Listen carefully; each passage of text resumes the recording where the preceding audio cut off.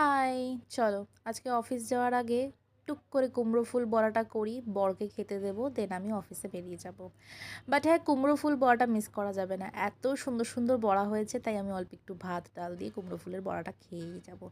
আজকাল হেলদি খাওয়ার চেষ্টা করছি, বাট যেহেতু প্রায় 4 থেকে 5 বছর পর কুমড়ো ফুল পেয়েছি, তাই বড়া খাওয়াটা মিস করতে আমি পারবো না। সত্যি, যখন বাড়িতে ছিলাম, কলকাতায় ছিলাম, পুঁই শাক, পালং শাক, কুমড়ো ফুল, বক ফুল, কত কিছুই না খেতাম। বা মা রান্না করে পাতে এনে দিত, তখন বলতাম ইস খাবো না, এসব ভাল লাগে না। আর হেলদি খাওয়ারে আজকে ছিল স্প্রাউট, স্যালাড, এগ আর ফ্রুটস। ওকে, তো যেটা বলছিলাম, কলকাতায় যেই ফুডগুলোকে ভ্যালু দিতাম না, এখন ওই ফুডগুলোই কিন্তু মিস করি। আর এই হচ্ছে আমার ব্যালকনিতে 3টে জবা ফুল ফুটেছে। 3টে না, 4টে ফুটেছে, যেটা যাবে হচ্ছে আমার গুরুদেবের কাছে। যাই হোক, চলো, আজকে না অফিসে পার্টি হচ্ছে। তাও আমার কাছে সময় নেই অফিস পার্টি অ্যাটেন্ড করার, বিকজ কাজ করতে হবে।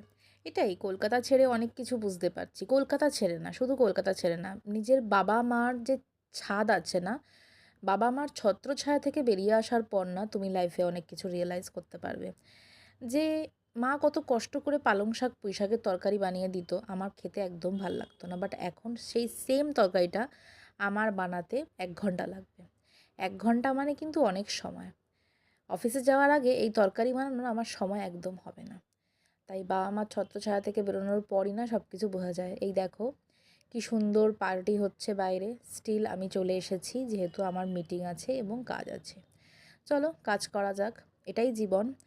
কারণ কি, মাসের প্রথমে ঠিক যেরকম আমরা সব কিছু ফিক্স করে নিই যে এটা এটা খরচা আছে, এটা এটা করতে হবে, এগুলো কিন্তু বাবা মায়ের ছত্রছায়ায় আমরা বুঝতামও না যে বাবা মা কী করে সব কিছু ম্যানেজ করতো, যেগুলো এখন একা হাতে ম্যানেজ করতে হয়।